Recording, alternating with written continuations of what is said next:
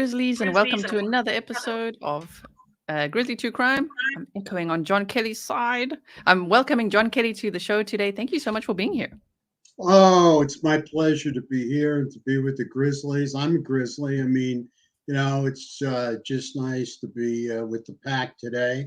I can't thank them all enough for allowing me into their house. I truly appreciate it. I can't thank you enough for having me on. I'm very honored. I'm honored, with your whole audience and you. Thank you so much. You guys, remember when I did a video on the profile of this potential killer, or, after they arrested Richard Allen, like, oh my word, let's look back at a profile that John Kelly and his S.T.A.L.K team did from 3 years ago. And it was very spot on. So we're going to look at that again today with the man himself. Maybe one day your team will be here with us. But it's such I'm looking into that at this moment. We'll be talking about that Saturday. Nice. Okay, so they are very welcome here as well. Grizzlies love them. If you haven't checked it out yet, I know lots of Grizzlies went over last time. Please go over to John Kelly's channel. This is it, John Kelly Profiler. You can see, yes, I binge watched everything, especially all the Delphi stuff. There's 46 parts that you can watch on the Delphi case. So do check that out. The link is going to be shared throughout the stream as well. Nightbot will be sharing it. I'm sure the mods can share it as well. So check that channel out and go and subscribe there, Grizzlies. All right, are we all ready? Thank you for being here. And also, while you could do a shout out again. For me, I'd like to shout out Copper Horse, one of my moderators, a YouTube member, a patron. She's also a moderator on Mr. Grizzly's channel. And happy birthday, Copper Horse. I hope that you're having a wonderful day. Can't see if you're here or not, but I hope that you have a fantastic day. And thank you for everything you do. Any shout outs from you today for anyone? I just want to shout out to Delphi and the whole community and all the YouTubers, as I've done before, that have played a role in this, including yourself. Because I am telling you, we had a ticking time bomb in Delphi based on, and he's innocent until proven guilty, but based on his arrest. And we'll have to wait and see if he's convicted or not. But I truly believe it was, a collective effort on all of the YouTubers' part, and really the town of Delphi for handling it in such a smart and honorable way, and the way they've paid the respects to the girls. I mean, to Libby and Abby. And again, our deepest condolences. But I just think that's definitely a shout out that should be out there. Absolutely. I really value that. Thank you so much. That's what we got to remember, everyone. This is, of course, for justice for the victims, for Libby and Abby, and respect for their families. Condolences to them as well. So, all right, Grizzlies, I'm just going to slow down the chat slightly. I see there's lots of people rolling in. Not as wild as the Idaho case. My goodness. The other day we had like 8,000 people here. I was like, what? Well, see, it's newer too. So. Right. And speaking of, you're also commenting on the Idaho case lately. We did an episode, Grizzlies, if you missed it, where John Kelly was on this show as well, talking all about that. So please check that out as well. Okay. So, okay. I see you guys are saying there's a Quentin Simon press conference happening now. I'll have to catch up on that later. Right now, we're focusing today on the Delphi case. Mm-hmm. So what I'm going to do is pull up this presentation that I had made last time. The profile of a budding serial killer based on criminal profiler John Kelly and his S.T.A.L.K team's insight from 2020, 2 years before Richard Allen was arrested. And I think he actually made it a year before that. I saw I think there's 2 videos, but this, oh my word, this was so brilliant. And I'd love to hear your, just expanded thoughts on it. So do you still believe that someone like, because he's innocent until proven guilty, Richard Allen has the profile of a budding serial killer? Yeah, absolutely. There's no question about that. When we saw this perpetrator attacking the 2 girls at the same time, abducting them in the abduction zone, marching them off to the kill zone. Okay. We knew that this was probably not the first time this person did that. Okay. So that would even, at that point, if they had killed before, make them a serial killer, or they were on their way to being a serial killer. Because these guys, as you know, don't stop. Okay, I mean, it takes something very, very drastic for them to stop. I won't say they never stop. Obviously, some have and have never been caught. Okay, throughout the United States.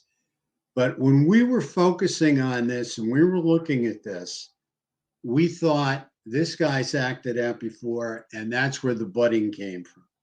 Then the other thing that really got us really, really interested is when we put up our tip line, and most of the tip, in fact, all the tips that we got went over to law enforcement. Okay. But we were privy to them. We had people telling us what they thought, and we would, let people know they had it, that their tips were going over to law enforcement. But there were tips on there that were very, very interesting to us on the manner of death and came from various sources on how the girls were killed. When we saw how the girls were killed, knowing that there's no way somebody abducted them with a knife, we did not believe that. We believed that the person had to have a gun. He may have killed them with the knife, but he had to have a gun. And the reason for that is because knives do not shoot bullets. Okay. So if you have a knife and you're trying to control two girls, it's a lot harder because you got to catch them to stab them. Okay. There's no question about it. However, if you have a gun, bullets move faster than people do. Okay. So, and, a gun is much different than a knife as far as a control weapon goes. So we believe this fellow was not somebody that just ran into them. This fellow came prepared that day to, have some kind of sexually deviant relationship or interaction with somebody, and definitely was there to kill somebody. We totally believe that right from the get-go. So that's how the budding started with the serial killer. Either he was a serial killer or he was definitely on his way. Yep. I'm still amazed that he walked along that road and was spotted by a witness, according to the probable cause affidavit, with like looking muddy and bloody. Not that they can, I know they will argue that in court, of course. Why? How do you know it's blood? But just looking disheveled, muddy, bloody, and just walking around, that's where, like, you and I were talking about that FedEx, the FedEx guy that abducted a girl, and then that catfish cop, where they can be so organized and planning and calculating everything, fantasizing, but then in the heat of the moment and while they're doing everything, things can get pretty disorganized. It Yeah, seems a little bit disorganized towards the end of this crime. Yeah, and we believe at some point the girls saw it coming, felt it coming, did something that broke up his plan, his organizational plan. Okay. However, if he in fact is the guy, is in fact the killer, you could actually see, knowing his history, how he could have grabbed him, ran him down, whatever he did, because he spent a lot of time outdoors hiking. Okay. And that's just part of his resume. And Frank Adamson, if you go back and you listen to our profile, it's part 18, I believe, part 18. You'll hear Frank say, this guy just likes to be outside.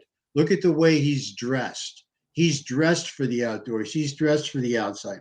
Well, it could have been a very, very nice day in Indiana, but it's still Indiana in February, and you're up 80, 100 feet in the air. Okay.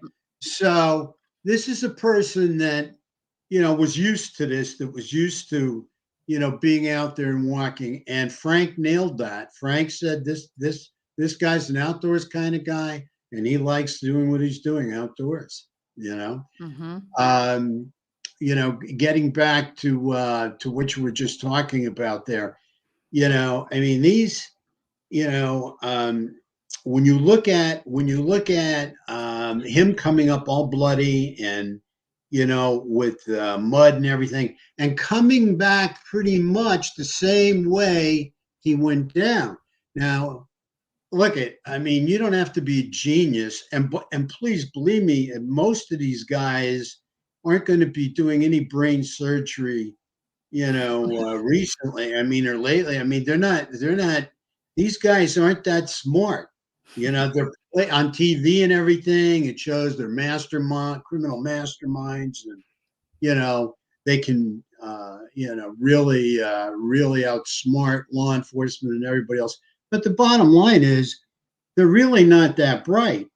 And for him to come up out of there and go back the way he came, knowing there could be people on the trail that he'd run into, I mean, that's moronic. You would have to be a moron to do that. And especially somebody that knew the area, knew their way around. There's other exits in and out of that area, Yep. when you're down by the creek. Okay.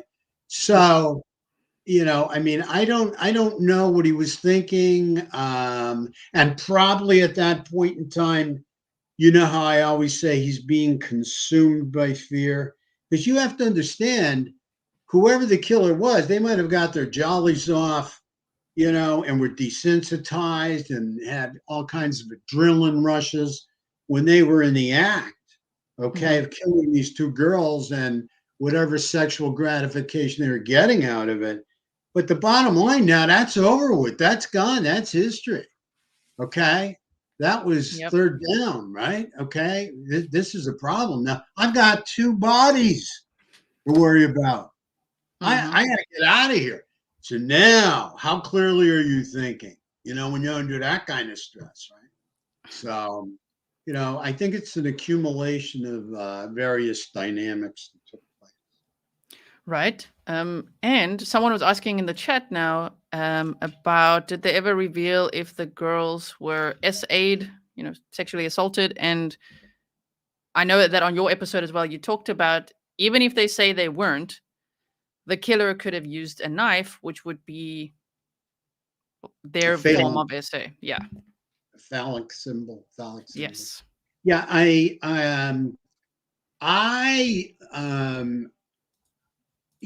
believe there was no physical. Now, let me kind of, because I have a problem with SA. I mean, I have a short, trigger for that, as far as, somebody, what they think is SA and what's not SA. I mean, I think sometimes people are, splitting hairs when they're getting around, when they're talking about this, because I'll tell you what, it says no physical sexual SA. Okay. Yes. So, all right, that I agree with that. But what does physical mean? Does physical mean some kind of physical contact of body parts between both or something? I mean, what is it? What does it all add up to? But the question I have, and the problem I have, is that, if he used a knife, that to him, could have been sexual. Okay, that could have been Exactly. SA or whatever you want to, however you want to call it. It could have been very erotic to him. However, if in fact the information from first responders is true, that we have underwear in the creek, or we have clothes anywhere else, okay, that belong to any of the girls, well, he may not have had physical contact, but he could have used a gun or a knife to intimidate somebody to take their clothes off. As far as I'm concerned, if somebody intimidates you to take your clothes off, or intimidates you, extorts you to undress, I'll go back to Keegan Kline for a second. He did it without a gun. I mean, Yeah. I mean, if you have, and I believe he's truly guilty for that Anthony Shot stuff. But if you were using intimidation, a gun, a knife, any kind of weapon, what all, to have any kind of power control and violence, using violence over a woman, I mean, I believe it's SA. I mean, there's just no question about it. Yep. Yes, and everyone's agreeing with you here. You guys, I am monitoring the chat. Thank you so much. And I'm also making sure that I take note of all your questions as well. We will be asking those as well. Thank you so much for being here. If you wouldn't mind liking the video and sharing it, hashtag Delphi, Justice for Abby and Libby. You can also say hashtag John Kelly and Grizzly True Crime if you want. That would be great too. So back to this, what you just said there about the clothes. They say on this probable cause affidavit, clothes were found in the Deer Creek belonging to victim 1 and 2. Because there was that police scanner, which is on that Actus Reus website, which don't worry, guys, I'll link everything for you with timestamps afterwards. But they said that girls' undergarments were found under the bridge. And then when we saw this probable cause affidavit, they said clothes were found in the Deer Creek belonging to victim 1 and 2. Mm-hmm. So already that one could speculate that this was a sexually motivated crime. Whatever he did to make them take off their clothes, or make anybody take off their clothes, I mean, as far as I'm concerned, that's abuse. As far as I'm concerned, if a man or somebody exposes themselves to a woman, I mean, that's abuse. As far as I'm concerned, Yes. that's SA. I just feel that way. We're always looking at it. I mean, we're always looking at, and that's what these guys do. They are so wrapped up in sexual fantasies that goes on all day. I can't talk enough about it. I can't embellish it enough. That's what that's their day. That's what's constantly going on in their mind. Yes. That's also, you guys, if you saw that catfish cop story, I mean, that was crazy. This guy drove 2,500 miles across the country to murder 3 adults and kidnap a teen. But the whole thing, his whole fantasy is sexual, it seems, oh my word. So can you imagine this Delphi case? Oh my word. It's just, with clothing being found everywhere, and just, we don't know much about how the victims were found. I'm sure you know a little bit more than the general public, but it's really We I'm terrible. sorry, we know a little bit more, um, only this much as far as manner of death went, because we were getting tips. We got a lot of tips that we sent over to LA. So we're looking at the tips and sending them over. Okay. These were people that didn't want to go directly to law enforcement. And for whatever reason, that happens quite a bit in cases. Okay. That they'll send their Mhm. tip to somebody else. They want somebody else to follow up on it. Maybe they had a bad interaction with law enforcement. Maybe they caught somebody answering the phone who was having a rough day. I mean, maybe they couldn't get through. Maybe they left a message and nobody called them back. There's always different. Maybe they have their own problems and don't want to talk to law enforcement. You know, so, so we just we take the tips, but we looked at them, and then we kept seeing this and this and this, and we kept seeing blood and blood and blood. Blood, Mhm. knife. Nobody heard a gunshot. Probably used the gun to control, but didn't shoot anybody because there would have been an echo from the gun down Yes. below, up through that area. So we had manner of death, and that we believed manner of death, and that really just that little piece. That's all. A little nugget, and then that Yep. started the profile. Without us even seeing the crime scene. Wow. Yeah, and your profile was really brilliant in Well, hindsight. thank you. We take a lot of pride in the way we do it. Yeah. It took a long time for us to find the right recipe, if you will. Yes. put it together. But we look at different things, and sometimes it's not what you see, it's what you don't see. Sometimes it's not what you've heard, it's what you have not heard. Yeah, You know? exactly. Exactly. I just quickly want to ask these questions. I'm just collecting Sure. some of them. They say, question for John Kelly: why are there so many serial killers in the USA compared to the rest of the world? I believe that is because of the family and the family structure in the United States. I believe, and I have believed this not recently, I believed this over 25 years ago. This is why I went out and got Dr. Mirsky, and he and I put S.T.A.L.K together because we wanted to bring out the child abuse that takes place. I believe there is more dysfunction in the family in the United States than there is in a lot of other countries, although it does exist in other countries. But believe me when I tell you, I mean, just look around. I mean, you want to talk about, you know, the amount of murders that take place. And I'm going to tell your audience something else now too that they won't hear anywhere else. Okay. Okay. And that is, they know that there are so many serial killers in the United States, but usually the magic number was usually between 35 and 50 serial killers running across the United States at the same time. Okay. There's usually 35 to 50 active. All right.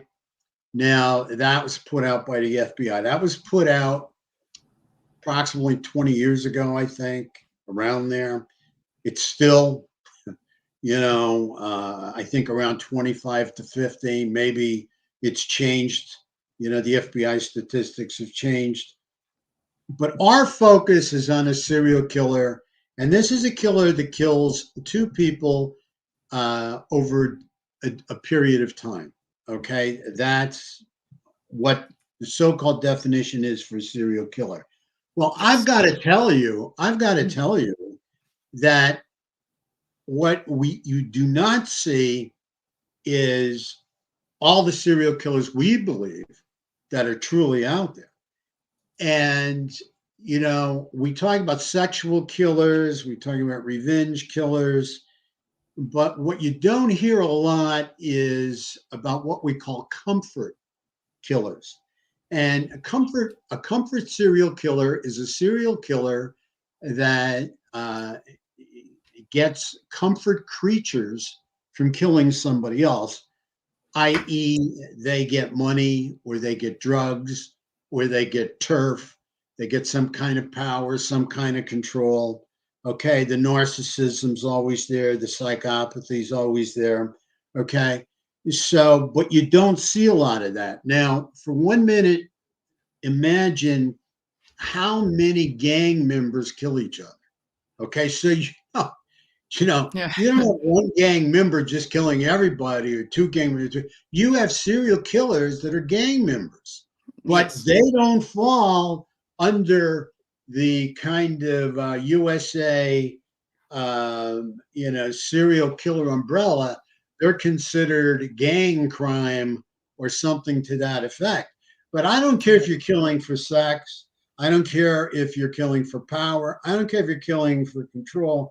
I don't care if you're killing for money. Okay. I mean, if you're killing two or more people over a period of time, I don't care if you're killing them over grass on outside in your yard. You're killing them. You've murdered. You're a murderer. Okay, Hmm. you're a killer. You've killed these. You're a serial killer. I mean, it's no. It's amazing to me too how many mob guys that have had numerous hits. They are comfort killers, but they don't see themselves as a serial killer. They've killed, quite a few people, and been involved in a lot of gangland murders. That they don't see it that way. They see it marching off towards a soldier, for organized crime. It's very interesting. There even though you think there's a lot of serial killers in the United States, there's actually more than that's reported. They're just different types. There's different subtypes. Yes. Yes, so everyone's saying 3250, more different subtypes. Comfort killer. I've never heard that term actually. Comfort Yeah, killer. yeah. Comfort serial killer. Look it up. It's serial killer that kills for creature comforts, money, drugs, whatever. Right. And you were talking about society in general and child abuse and stuff. And Oh, before you were oh, saying neglect is actually a huge form of abuse too, which most people don't see it that way. I've experienced absolutely. it. I know it. Neglect is terrible. Like neglect is a form of abuse. And you were talking about how that, and years ago, like decades ago, you were talking about how that could lead to mass shootings and increasing that. And now we're seeing that. Well, in the book I sent you, you will see. I'm not proud of my prophecy, but you will see in school violence. Don't forget, I wrote that book over 20 years ago, and I said if we don't do something about the family system, what's going to happen. You're going to see more school shootings, and look at how they've just gone into epidemic proportions. Over the last 20 years. Okay, because when I wrote the book, I was dealing with Columbine. I mean, that's how far back, it was. I mean, that was the big school shooting. Now you've had school shootings that have really left Columbine kind of in the dust in a lot of ways. But I really believe it's family, it's the abuse that takes place there. You mentioned the word neglect. Now that is a very important word. Mhm. Let's kind of take neglect apart for a second. When we talk about neglect, we talk about another word is abandonment. If I neglect you, I'm abandoning you. Mhm. Okay. So yeah, a child's thinking to themselves, why am I being neglected? Why am I being abandoned? Why don't my parents love me? I go to school with kids who are loved by their parents. Okay. I mean, why, are my parents not taking care of me? And if you look at a lot of these school shooters, in fact, there's information out there that the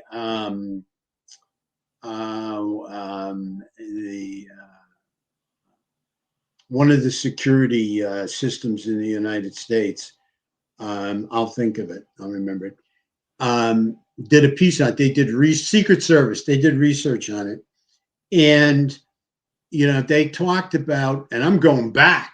I'm going back to Columbine. Right after Columbine, they did a big study on it. That some of these younger kids, in fact, most of these shooters felt that they did not have an adult that they could go to and they could trust. Okay. And that's why trust is so big to me too.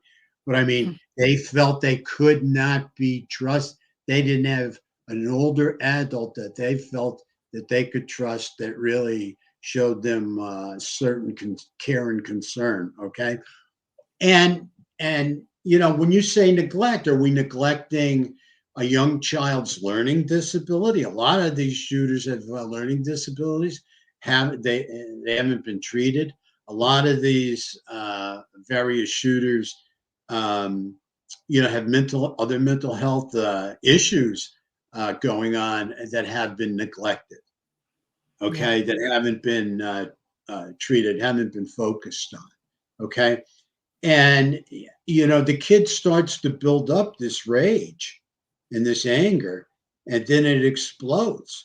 But this is what I believe the difference is between various countries, because there are countries like the United States that have many weapons, many guns, okay, and we do not have these kinds of mass murders, okay.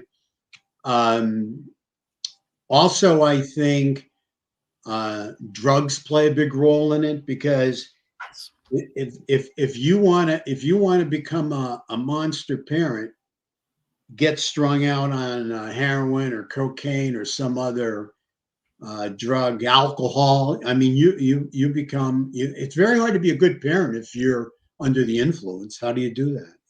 Yeah. So it can come off to the child like, you're not loved. I mean, yeah, you really got me on a roll now. You really We love it. ask yourself, how why these kids have no feelings, don't have feelings, don't feel any guilt or any remorse, or don't have feelings for others. Well, how could they if they felt nobody had any feelings for them? Why do they need serial killers in general need to have power and control? Okay. Anybody ever think because when they were young, they were powerless? So that's why they're looking for this power now. But when you get into Delphi, you're talking, and in a lot of these cases, you're talking about a sexual predator. You're talking about a sexual connotation to this crime. I don't care if there was no physical contact.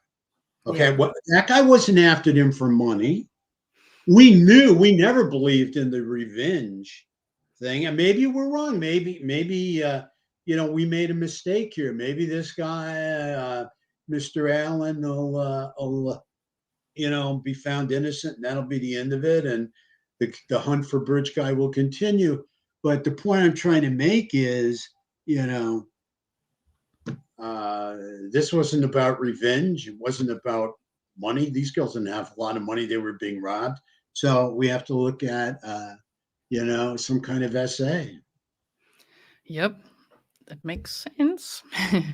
Definitely makes sense, especially because there is alleged harassment in his past as well, making women uncomfortable when he worked at the Walmart, if this is the guy. So there's a little bit of, red flags leading up to this. I'm sure he didn't wake up at age 44 and then just be like, yeah, I'm gonna, if this is him, innocent till proven guilty. I know, guys. But if it's him, then it's like, oh, okay, I'm just gonna go out there and just randomly kill 2 teenagers. I mean, there would be probably a lot of offenses leading up to this. Yes. Oh yeah, I ask myself, we'll say, well, where'd he get his juice? Where'd he get his juice? Because these guys don't start, okay, at 50 years old or 45 years old, okay. They start somewhere between, usually going back between, say, 21 and 22 and 35, but it's even much younger now, so I'm not sure what it is exactly today. But where was he getting this sexual gratification from all these years? Where was this coming from? Well, he's like you said, he just didn't wake up and let me go kill these 2 girls. Yeah.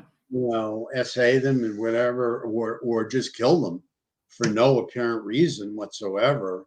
I mean, especially somebody that has a license to carry or has a gun, has a license for a weapon, a pistol, a nice carried pistol, and also has certain knives, so, you have to take this into consideration, Exactly. I just want to address the elephant in the room. I see lots of people are talking about it. We talked about it behind the scenes as well, you guys. This Daily Mail article. Oh, man. You know how it goes with mainstream media. Sometimes it depends who the source is. And I have, you guys, if you're members or patrons, when I say I have an hunch. Sorry. Sometimes Doug Carter was once, we have an hunch. And we were like, an hunch. I have an hunch about who the source could be. And I'm a little concerned about it, but I know we've also speculated on this channel that this could, of course, be connected to people who share online content, that get their sexual gratification from online content. Yes, Copper Horse, welcome. I didn't see you earlier. Happy birthday to you. And yes, Anne Hunch. So let's hear John Kelly's thoughts on this article because we talked about it a little bit. Let's see if there's anything in here that you think could be of value, to discuss. But I just didn't really want to bring this up, you guys, as much as this came out today, because we have John Kelly here, a psychotherapist, addiction specialist, criminal profiler. And the last thing I want to do is have a source that I think I know who this is because they email me a lot as well, saying the stuff which isn't vetted, just saying, oh, I've got this and this and this, and now we know it's this. I don't know about that. This is stuff that's speculated now being posed as like fact, That's a bit of a problem, as we've seen many times. Okay. So would you like me to read through it, John, or or do you know what, we briefly looked at this before. So they're saying, Yeah, I would like you to ask me okay, the questions that you have and your audience has pertaining to this. great. And Yes. Okay. I'll So try my guys, best to answer them. shoot the questions, you guys. Shoot the question. I guess the first question would be, based on what they're alleging in this article, do you think that Richard Allen could have had help? Could he have had accomplices, other people working with him? Could it be like a group killing, something like that? It's very possible, if not probable, that he did not act alone. And what I mean by that is, again, I just talked about, where did he get his juice? How did he Yes. suppress his sexual urges all these years? How was he able to, keep himself content, if you will? So I believe, and we brought out right in our profile that this bridge guy would be interested in porno, big time. I kind of embellished it big time. Dr. Eddie agreed, and Frank Adamson agreed, and that's I mean, if you get somebody that's into SA, you've got somebody that's definitely going to be into porno. If you remember Bundy, I mean, Oh, he totally blamed it on. Well, you wrote the book.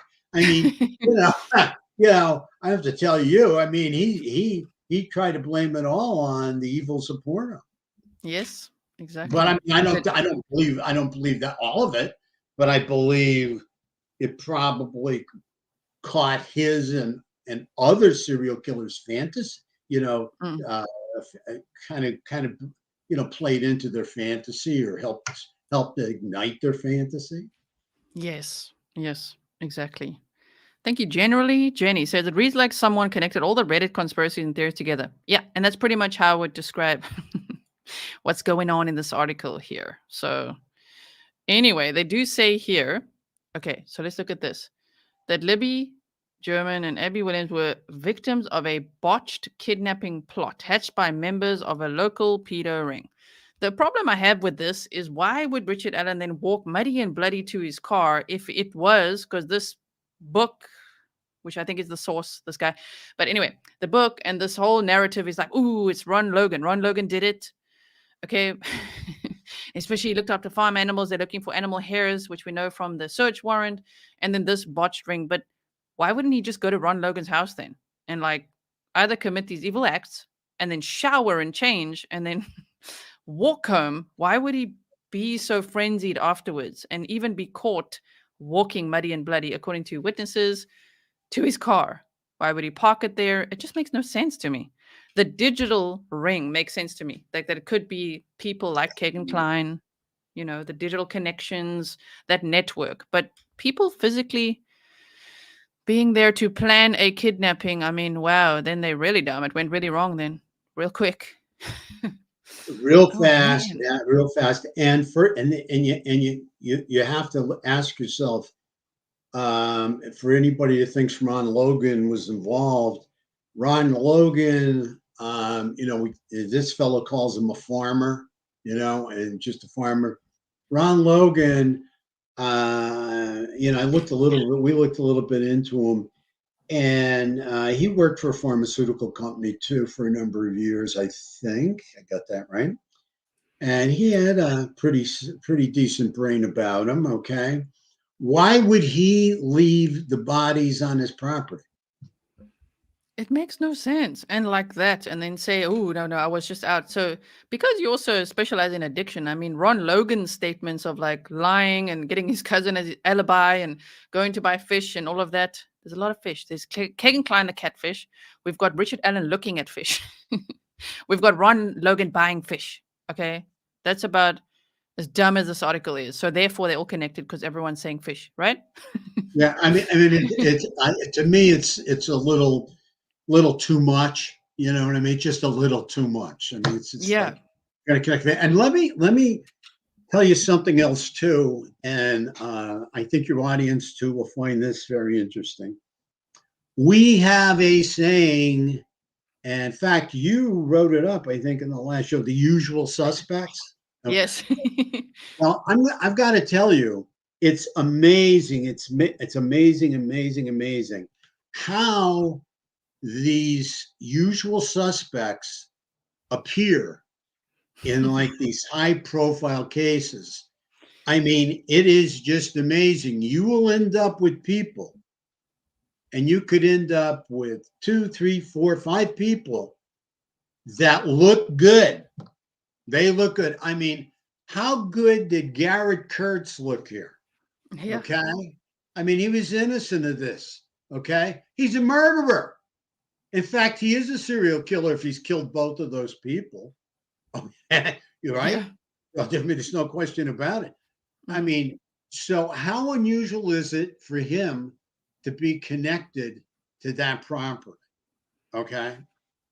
Who else do we have? We have somebody else that was connected to that property too, that that also is in jail, was familiar with that property. We came across him early in the beginning. Talmadge. I'm trying to think of his last name. Maybe the audience can help you out. Talmadge. Yeah. He went to school. He was 3 or 4 years ahead of Libby and Abby. Chadwell? Talmadge.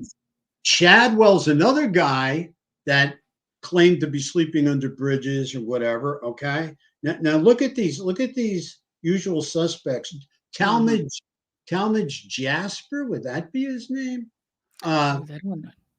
Uh, it's you know they just pop up, you know. Daniel Nations, we don't know. You know, we know he assaulted people. We don't know him killed anybody. There it is, Talmadge Jasper. Mhm. Mhm. Exactly. Way to go. So now these are all people right around that area, right there. Okay, so I mean, you know, how can you, you know, and you've got to clear some of these people. And I'm going to tell you, folks, bottom line is sometimes you can't clear some of these people. You can't do it. Or you go, you know, Green River, going into Gary Oh, Ridge Way. no. It's 20 years to John get Kelly Gary Ridge. froze. What did it say? I'm sorry. Oh, there we go. You just froze for a second there. Oh, okay. I'm sorry. No, Green River. We were at Green River. Green River, you know, you got to understand there was Gary Ridgway. There was 4 other people too. Okay. Yep. And part of my job was to try to sort these people out. And I got down to Ridgway and I got down to somebody else and I liked to somebody else, but I wasn't calling the shot. 20 years later, we found out, but that was only my 3rd time out. And I had to go through, I had to eliminate 4 people, you know, 3 or 4 people. Not easy, not easy. And we couldn't clear them. I mean, I eliminated them, John Kelly personally, on in my mind. Yes. But I got down to Gary and another guy, and Gary's mother was pretty close to him, or looked to be because she bailed him out, you know, for attacking a prostitute. So I felt there was, you know, because most serial killers don't have a good connection with their mother. So I felt, you Mhm. know, there was a connection there. But the point I'm trying to bring out is, I mean, you know, we worked that case very hard. Frank Adamson deserves all the credit in the world, along with the Green River Task Force. They all deserve all the credit in the world, living and dead. They did a fantastic job because they saved that DNA, and 20 years later, they got Ridgway and he got arrested and he paid for his crimes. But the point I'm trying to bring up for your audience is all these cases, you will find these usual suspects like Ron Logan, Talmadge Jasper, Derek Kurtz, a couple of the other guys that you just brought up, okay, that your audience brought up. I mean, they just appear. And now keep in mind and that's just in this small area. Mm-hmm. There's not a big population there, and so I think it's important to understand conspiracy theory. Okay, well, I don't doubt that there could be a pedo ring of guys that share a lot of kiddie porno, child porno. I wouldn't doubt that. I mean, how did Keegan Klein make his money? How did he support himself? I mean, what was he doing with these pictures after he got them? I have all those questions too, right? So I could see people wanting to buy into that, pay cash, pay money to see that, get that. They do it all the time on the dark web. It goes on all the time.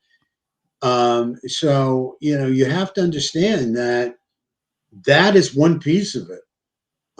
We have S.A., whether it be direct or indirect with some kind of knife, but we also have the stuff that fuels it, and I have to believe these guys into child pornography or perverted, and there seems to be a lot of them. And I'm not saying up there in Indiana or Delphi, but there just seems to be a lot nationwide that are very interested in it. So, I mean, we see it happening all the time, and I think that would be more of a probability to me than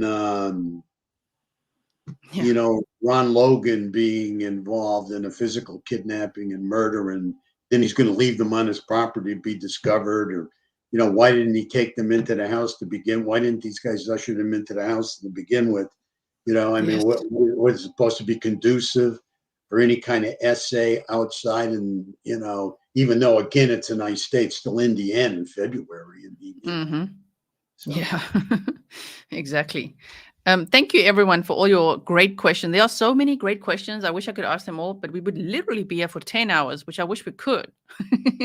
But it's really, you guys are asking such great questions. Thank you so, so much. Thank you all for being here. If you've just joined, because there's now 3,000 Grizzlies here, we are discussing the Delphi case and beyond today. Lots of psychology talk, which is my favorite, with a psychotherapist, addiction specialist, and criminal profiler John Kelly. So if you don't know anything about John Kelly, you could check out his channel, John Kelly Profiler, which I did show earlier as well. This is the profile that they had. It's called Delphi Murders, Who Killed Libby and Abby, Part 18, Profiling a Sadistic Killer. And this was 3 years ago, profiling who and what bridge guy could be. What would he represent? What type of person, are we looking at? And I typed that all up, and I did an episode on that as well, because I thought it was brilliant, especially, sorry, not that one, after they'd arrested Richard Allen. So it was this one right here. I'll ask that question in a moment. The profile of a budding serial killer. So these are all the things that they had listed. I made bullet points. You guys know I love bullet points. And so check this episode out that I did as well. If you want to just see me read through this, it is on my Delphi playlist. And go subscribe to John Kelly Profiler and check out what his team did. So that's what's happening here, in case you're wondering what is going on here today, because I see about 1,000 people rolled in and they're like, what's happening here? We have a very special guest. I'm honored to have John Kelly on the show, and we're just talking about Delphi and the psychology of these types of killers, addiction, sexual addiction, fetishes, and all that kind of stuff. So based on that, I just want to quickly show this one picture, because everyone keeps asking about this. What are your thoughts on one of the victims having a resemblance to his own daughter? Yeah, I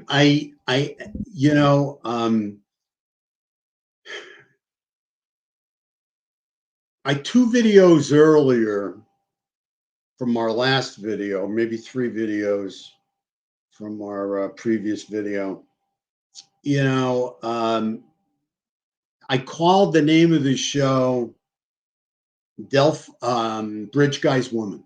I think it was Bridge Guy's Woman, I called it. And it, I was just thinking one night, I'm like always thinking, and something jumped into my mind and said, hey, wait a second. You're focused on Bridge Guy and what Bridge Guy looks like. Everybody's doing all these sketches and this and that and everything else, and all these different possibilities on who could be Bridge Guy and what he looks like and everything else. Wait a second. Why don't we think about what would Bridge Guy's woman look like?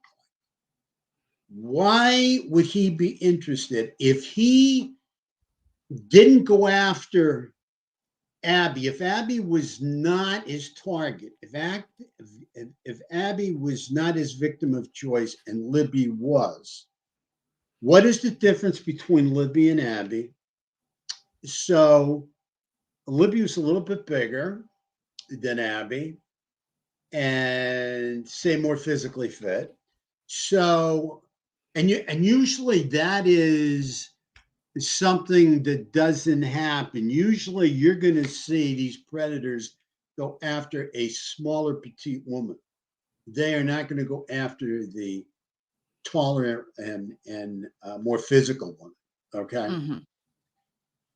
So I'm thinking like that, and I'm thinking to myself, okay, let's get this. Let me do a show on this, because years ago there was a gangster by the name of Whitey Bulger, and he was just killed maybe 3 years ago in prison. He was on the run from law enforcement for about 15 years. Nobody knew where he went. He just disappeared. He had millions of dollars. He just took off. They said he was over in Europe, and nobody really knew where. They didn't have a clue where he was. And then somebody at the FBI had a bright idea. They said, you know what? Let's forget about him and focus on his girlfriend who's running with him. So then they started putting all the images out on the pictures and everything else out on the girlfriend. And guess what? Somebody did know the girlfriend, had seen her in a neighborhood, okay, in another state, and called the FBI. So they went because of her picture, but they ended up arresting Whitey, who was right there, in the house. So I thought, let's put something out there. But you know what? I called it Bridge Guy's Woman, so he'd be interested in a more physical woman that looked probably more like Libby.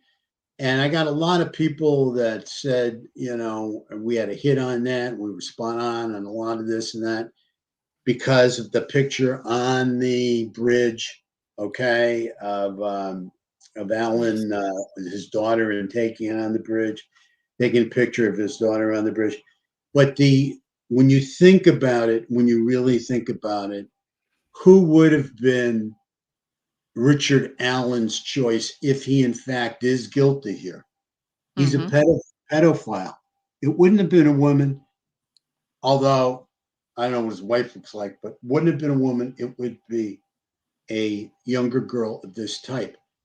Now, if he is in fact Bridge Guy, if he's guilty,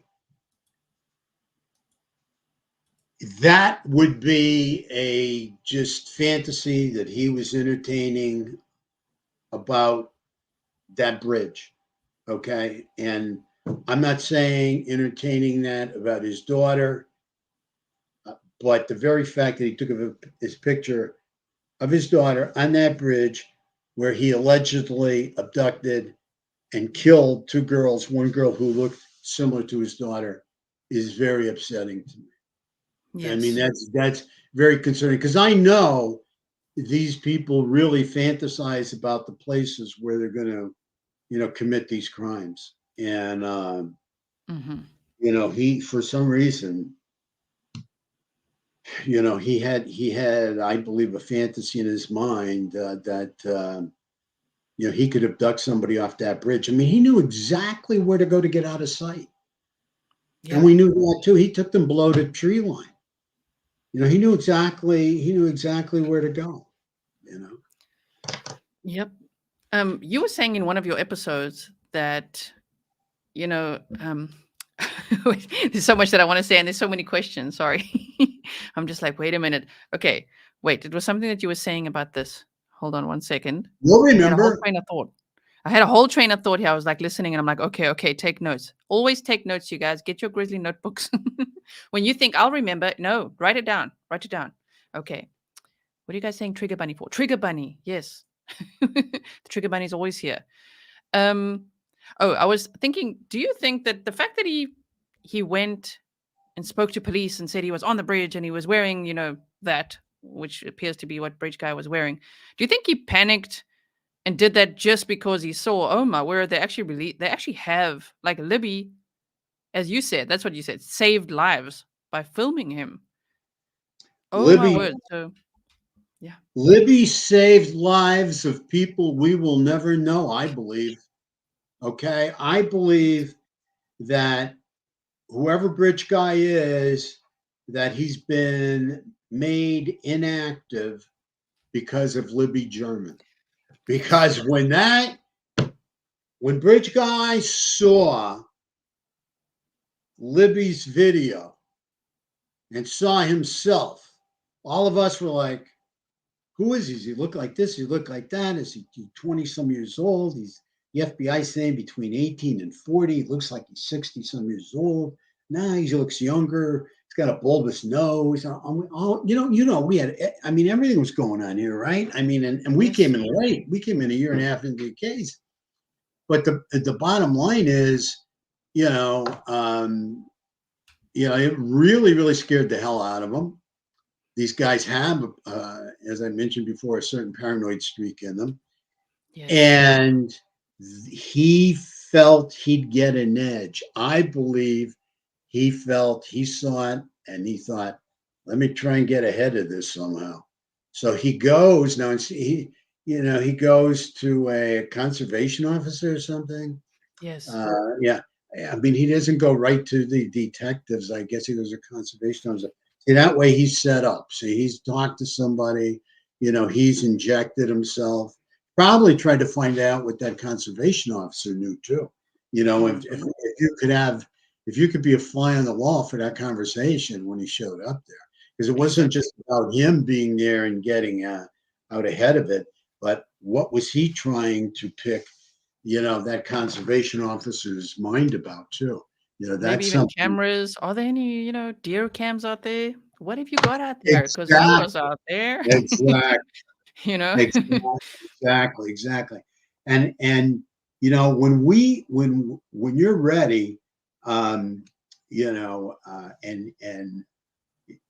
I will tell you why my favorite person of interest now is Richard Allen. Now, again, person of interest. He's innocent until proven guilty. I'm not saying he's rich guy, but he's my favorite person of interest right now. And I've had a number over the years. We've had a number over the years. Because if you look at our profile is always generalized and it's meant to shrink the suspect pool. In other words, you're not looking for the guy, that's down the road, selling cars. Okay. This guy isn't the, real estate guy down the road. We're telling you, guy, this is a guy that's hands on. Okay. He's not scared to get himself dirty. He's not scared to get down and dirty. I've said that. Okay. Yes. So we're dealing with a guy like that, right? He's not going to be having mass tomorrow over. But I mean, you have to understand he's into porno. So then you start to look at and NSA. So now you start to look at Derek Kurtz, murderer. Yeah. I don't know what else he's done, but he's murdered 2 people. I'm sure of. I forget what else they've grabbed him on. You take a look at this other guy that tried to, his name escapes now, tried to strangle that little girl that was living under the bridges and stuff, right? Yeah, Chadwell. Exactly. Right? So, I mean, there we have S.A., we have attempted murder, okay? We have Talmadge Jasper, we have assault on his girlfriend, She got a restraining order on him, and then he murdered her new boyfriend, who was his boss. So you have to understand, we can have different people of interest as they pop up, because these people, if you want to look at them, they generally fit that profile.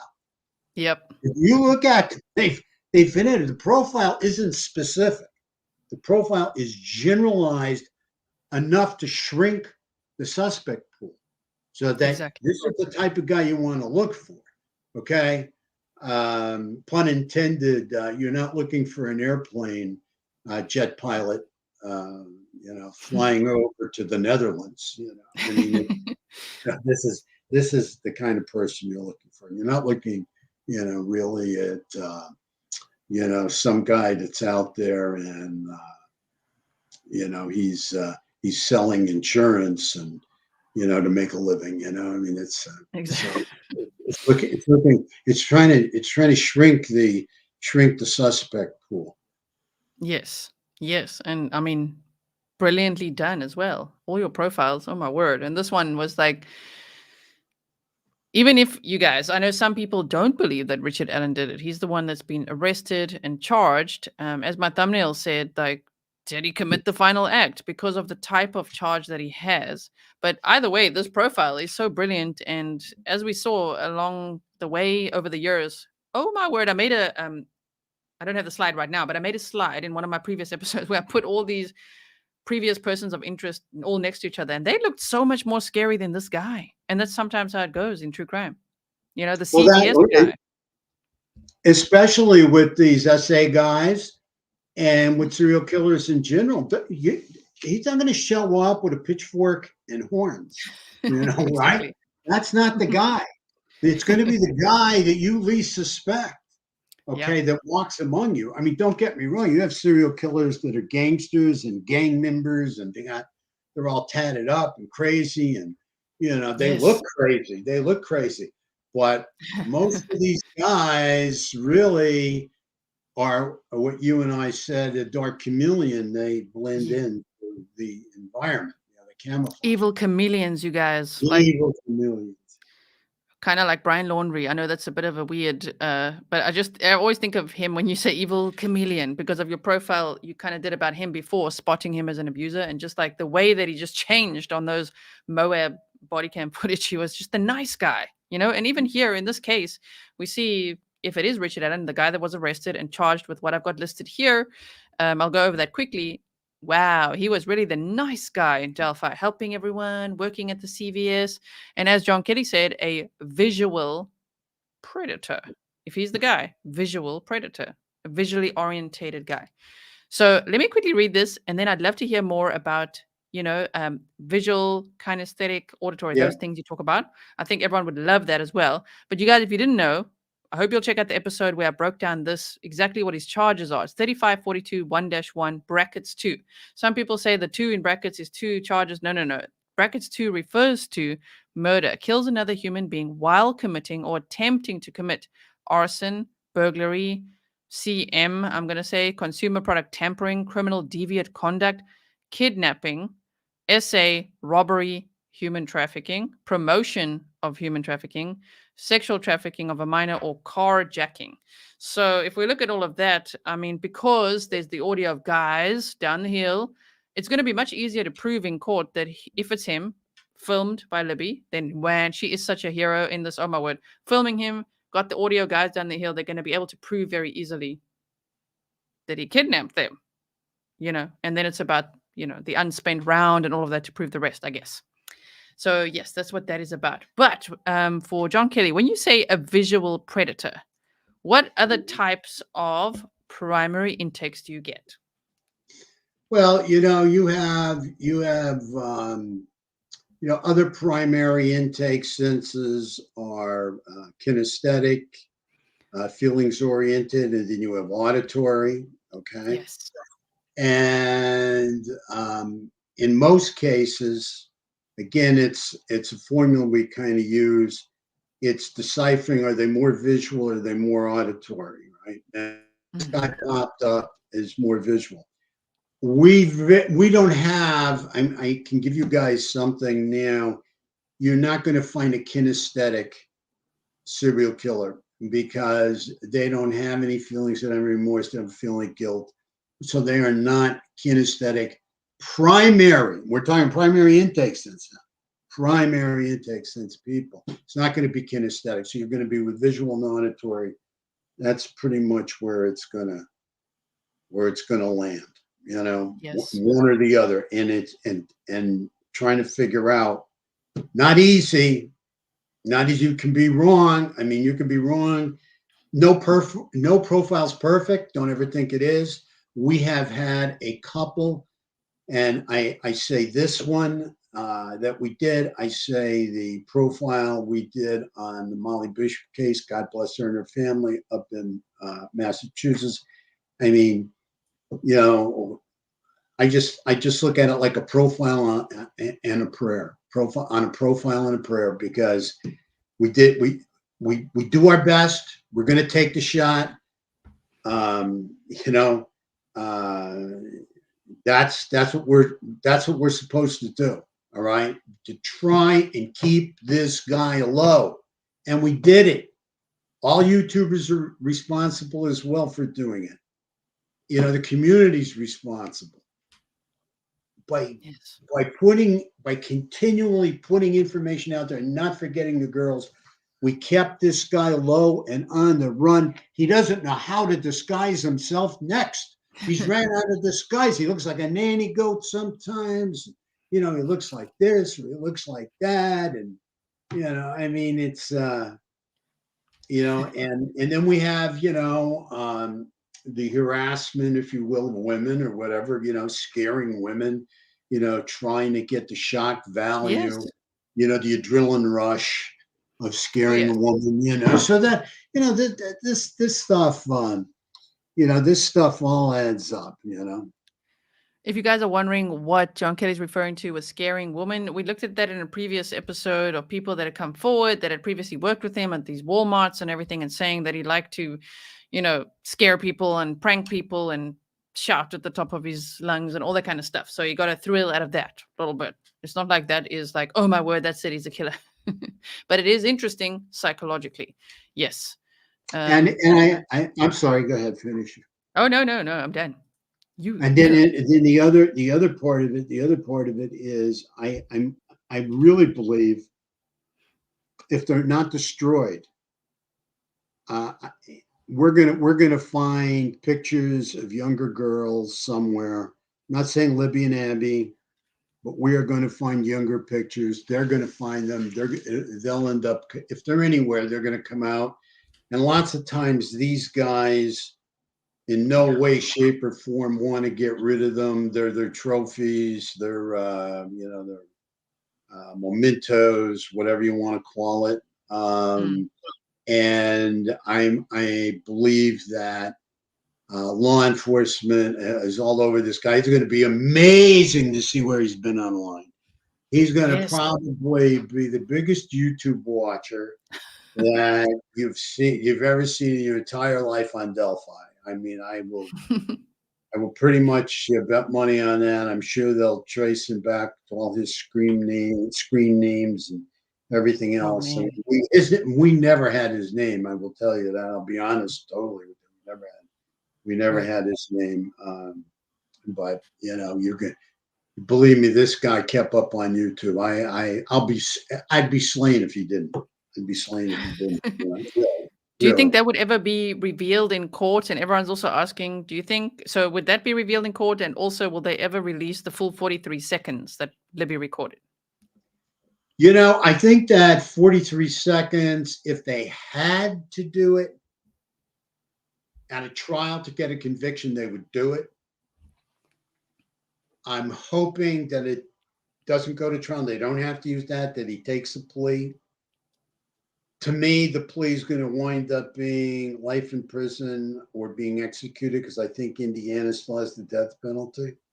So they could lay it on the table to him and say, you know, okay, instead of putting the family through this, you know, and this is 43 seconds, because I think that you haven't heard anything on those 43 seconds is because it was horrific. It was horrible. Yes.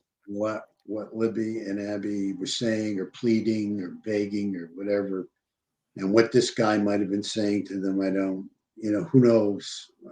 Who knows? Who really knows? What was interesting that on the probable cause affidavit, they said that the 43 seconds, it's like the video ends after he says, guys down the hill and leads them down the hill. So I wonder how much really was before.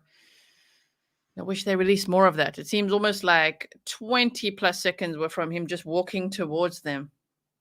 I don't know. Well, see, this is it, Gisela. We don't know, and she could have had it recording in her pocket. Yep. She caught him perfectly. She, in two ways, she was able to get that video, get that shot. He never saw it because there's no way if he thought that she had his picture there. Believe me when I tell you, and especially with him being a visual character that he is. I mean, there's no way he would have left that crime scene before he found that camera. He would have knocked himself out looking for that.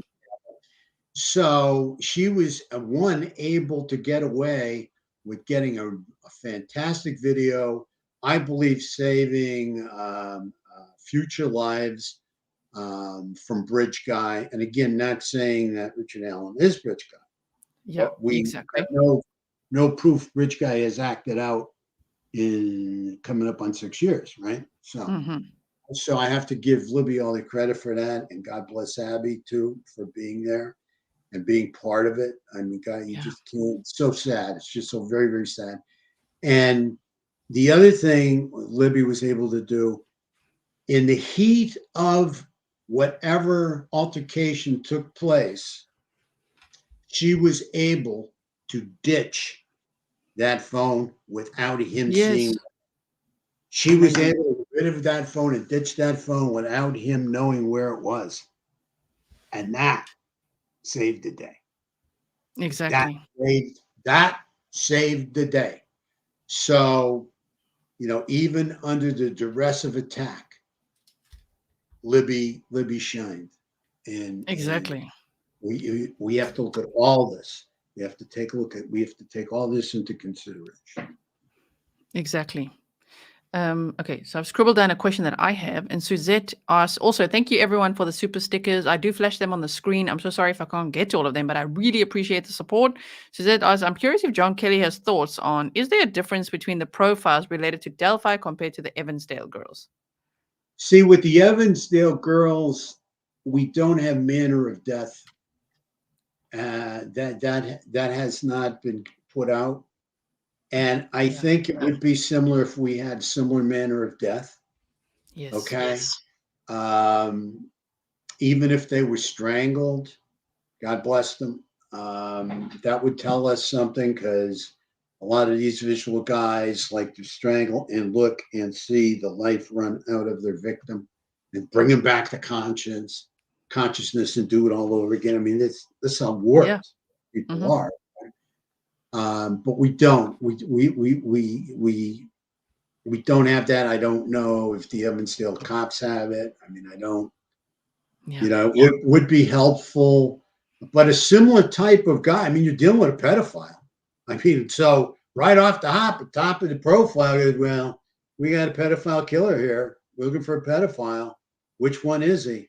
Where's he acted out before? They would roust all the pedophiles in the area, because they felt he knew the area where he dumped the girls. So they would look all around that particular area. But, I mean, again, you look at the dates, you look at the, a pond, a creek. I mean, you look at various connections, bridge, whatever there. I mean, there's various connections, but I can't sit here and tell you, it would be the same profile. We need a little bit more information. Don't forget, on this profile that we did, we have an abduction. We have an abduction that goes over a certain distance. We know we didn't hear a gunshot, but we know a gun was probably used in the abduction. We have this sadistic death march, if you will. that he took these two girls on. Okay, I mean, Yeah. all that goes into all this goes into our formula and the different profiling tools that we use to try and you know uh, put it together. Yes, that's the one thing about you guys. The Daily Mail article, I mean, they say, and a cell phone was found. I mean, Libby's cell phone was not taken by the killer. It was found at the scene, which is, I mean, she is such a hero, for filming that. And as John Kelly said, being able to get rid of the phone as well so that someone else could find it. I mean, that is so scary and sad to think about, but so brave of her as well. But the thing is, Mhm. with this whole, like, let's say Kegan Klein and this digital connection, and then he set up this kidnapping plan with Ron Logan. Why in the hell then would Richard Allen not know that he's going to be filmed? If he sees the girls on Snapchat taking photos, uploading things, why would he not then take the phone? If it was a a digital connection and kidnapping like that with other people. I've thought about that. That is an excellent question because you also ask yourself if he was following them to the bridge, he would have seen Libby take pictures of Abby. Yes. So he would know she has a phone, right? Mm-hmm. However, again, the urge, uh, for SA and to have the power and the control is so consuming. Just like you talked about the sheriff. I mean, it's nothing. There's no joke. It's a very serious, sad situation. But this guy drove cross country, kills this girl's family to get her, burns their house down. So he killed 3 people, kidnapped her, or her family's all dead, burned the house down. Okay. I mean, bought that particular house in my mind because of her. He didn't buy that for himself. He bought that for her. That was going to be her room downstairs in that cellar, as far as I'm concerned. Okay. Yep. But what happens is these guys become consumed with the fantasy, whatever the fantasy is, and they start to act it out. Some of them become desensitized. They just, go through the motions. They're objectifying, their victims. And even though he may have seen her shoot pictures, the thought may not have been right here. The thought might have been back here somewhere. He might, after the fact, thought, "Oh man, that girl had a camera." But I didn't see her take a picture of me. I saw her take a picture of Libby or Abby, but she didn't. She didn't take a picture of me. I didn't see her take a picture of me. See, that's Mm-hmm. why I think Libby was really, really good at doing that. She really pulled that off. Okay. Yes. Because I think if he saw it, he would have not left there unless he found the phone. All right. The other thing is, now the deed's done, as I've said earlier today, there's 2 bodies there. Okay. He's there. He's got to put space between him and these bodies. Whoever bridge guy might be, he's got to get out of there. So how much time is he going to spend looking for a phone, and take a chance of somebody coming along with 2 bodies right there too? If in fact he did see the phone. I don't think he did see the phone because I think that would have been his first move to get the phone. Okay. I think that would have been his first move. Okay. And I think that would have happened as he had the gun and had them on the bridge. But I think he was thinking of where he was going to take them now and the fantasy and everything. Because if he believed she had a phone and he didn't see it in her hand and he thought it was in her pocket, you're going to say, give me that phone. I mean, you could even make an argument on the shell casing, come with me, Yep. that he forgot in the course of the turmoil that took place when he was trying to abuse them. he could have forgot he cocked it already, and he cocked it again, and then, dispensed the shell that they found. I mean, there's different types of situations that could have taken place here, right? Yes. Yes. So you want to take that into consideration. But that is, did I answer your question? Yes, you did. Yes. And what else was I going to say? One of the Grizzlies had a very interesting theory. Their channel, you guys, are called The Last Stone. And I did show it here last time when Perry Freeman was here. And just saying that if there's any connection digitally, like if he had either hacked into as part of a network, then he could have left the phone knowing that Kegan Kline had last communicated with Libby, or that other people were communicating with Libby. He could have left the phone, because then it would not only be framing Ron Logan by putting, the bodies there, by being there on his property, but also thinking, oh, well, there's a digital connection to the last person who spoke to them. That's quite interesting. But I think more along the lines of what you were saying is, never mind the unspent round that they found. That would be in the tall grass and everything as well. Very hard, like not fumbling around for it. That and the phone. He didn't know, I think, of the phone being there. Man, that's where he gets disorganized and just gets the hell out of there. Yeah, I mean, at this point in time, this guy is feeling it, man. I mean, he is overwhelmed with fear. He's come down now. Yeah. He's come down from his high cloud. He's not high anymore. He's not in the rush anymore. I mean, it's the adrenaline's, I mean, he's reality is I just killed these 2 girls. Yes. I got to get out of here. I mean, that's amazed he walked out in broad daylight. I'm still like, wow. I thought he would at least wait, I don't know, around until the sun set. But then I think he could be, I don't know what word to use. He could be like, ooh, I got to go home for dinner type thing, and not alert my wife that I've done something. Like, just go home, put this in the wash, and just be like, oh, look, I've done the laundry. Okay, dinner time, whatever. Maybe just to act normal around his family, which is also a question that comes up a lot, and like in the chat as well. Do you think that his wife had any inkling, any idea all this time that we don't know if he's bridge guy, but he's arrested and charged with this so far, you guys. But do you think that she had any idea? I don't think so. I think if she did have any kind of inkling or idea, I think it would have been so suppressed and submerged in her psyche through denial. Because how could your brain or psyche entertain the possibility, just the possibility that your husband, who you hang out with and you drink with, and a few times a week they're partying down there at the pool and everything, who you have a child with, I forget, how do they have other children as well? Or I think they just have the one daughter. Yeah. So I mean,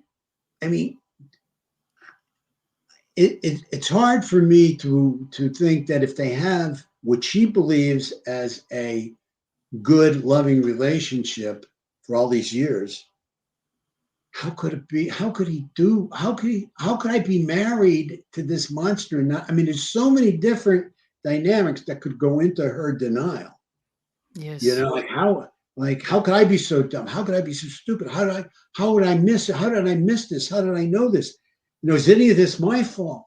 Is it my fault that he went around? I mean, there's so many thoughts that's probably plaguing the poor lady now, if in fact he's the guy, or she just realizes he's not the guy or whatever. More of this will come out. I mean, more will be revealed as time goes on. But I do not believe that she knew or even really had an idea that he was Bridge Guy. I mean, because they were in public all the time, they were around Bridge Guy's picture all the time. I mean, I just don't think she did. I feel very sorry for her.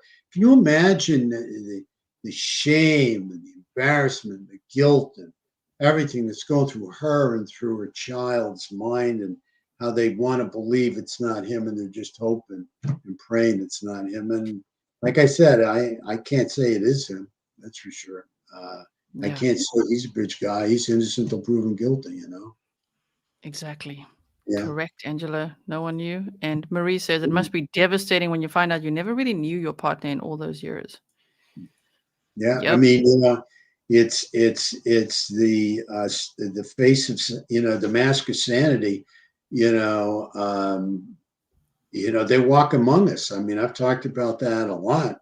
I've talked about that a lot. They walk among us, and they know how to blend in. They know how to camouflage themselves. There's no question about it. The one thing too. Well, before I give you why he's my favorite POI right now, Yes. is there any other questions that the audience has for me or you have for me? Let me quickly look. Someone here was asking earlier, what type of fetish, if anything, was this? Was this about his daughter, which looks like Libby, or what do you think?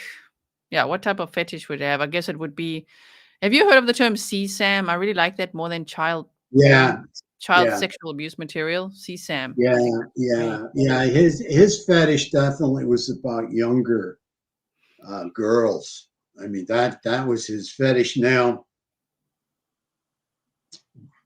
can there be other fetishes too? Panty fetish, Oh bra yeah. fetish, bondage fetish. We didn't see bondage here that we know of, so that's out. Um, but they usually always have some type of fetish, it could be the power and the control could be Hmm. enough for some of them, but usually there's some type of fetish, and lots of times we can hunt them with that. It's like when you're hunting an animal in the woods, you're a hunter and you're out hunting for a deer.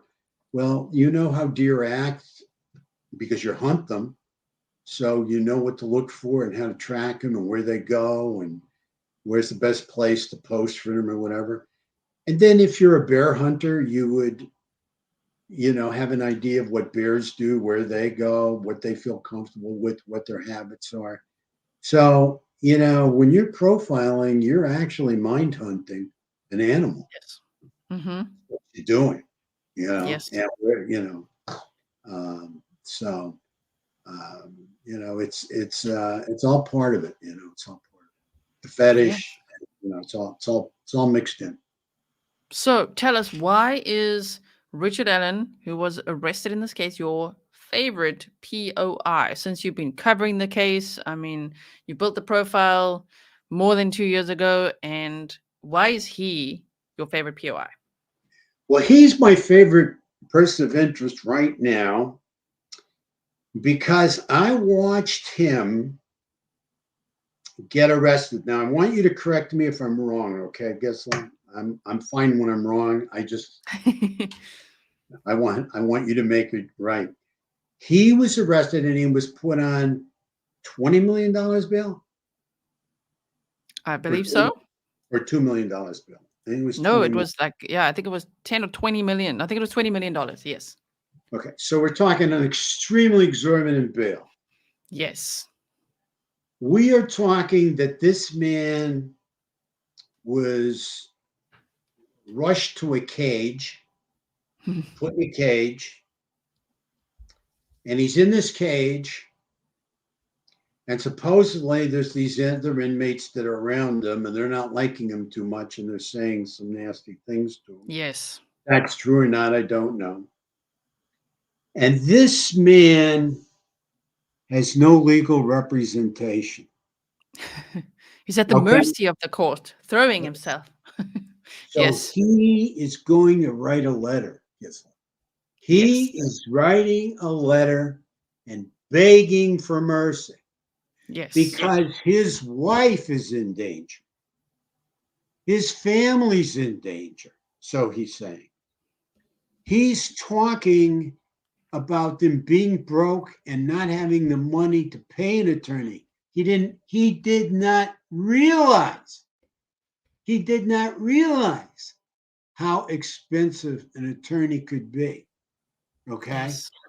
So he writes this good sized letter and throws himself on the mercy of the court. Please help me with this. I need a legal defense. And never one time in that letter says he's innocent. Mm-hmm. Am I correct or am I wrong there? Let's look Correct. at it. Let's look at it. See if you see I'm innocent. Why? Can you imagine if they arrested you or anybody out there, anybody in your audience for murder? My God, if you were innocent, you'd be screaming to the highest of heavens. You'd be on the, they'd hear you for miles. Oh my God, what are you doing? What are you talking about? Oh my God, I've never done anything. I'm sorry, I'm getting so dramatic, but I mean, It's true. Well, the this letter is was dramatic, but not once did he say he's innocent. You're correct. Yeah. I mean, see, this is moronic. This is why, you're not going to have, who's the doctor in Silence of the Lambs, Dr. Hannibal Lecter. and Dr. Lecter. You see, these are not most of the time. I have a saying from Yale or Yale, that it's a saying I use, we don't care where they're from. But, I mean, where they've been educated or whatever. But, I mean, these guys aren't going to be doing any brain surgery anytime lately. See, this is moronic. See, that letter there is a nut butt letter. Okay. That is like a dumb letter. Okay. Nut butt. Write it down, You everyone. Nut want butt letter. mercy, you want legal defense, and you want, I'm throwing myself at the mercy of the court for what, sir? Yeah, for what? For what? For exactly what? You don't even have Yeah. to throw yourself at the mercy of the court. So, you guys, we've gone over this letter before, but he said, in the cause listed above, I, Richard M. Allen, hereby throw myself at the mercy of the court. I'm begging to be provided with legal assistance in a public defender or whatever help is available. At my initial hearing on October 28th, I asked to find representation for myself. However, at the time, I had no clue how expensive it would be just to talk to someone. I also did not realize what my wife and I's immediate financial situation was going to be. We have both been forced to immediately abandon employment. And then he has to explain myself due to incarceration and my wife for her personal safety. She has had to abandon our house for her own safety. What little reserve there is will fail to even maintain the original residency. Again, I throw myself at the mercy of the court. Please provide me whatever assistance you may. Thank you for your time in this most urgent matter. Sincerely, Richard M. Allen.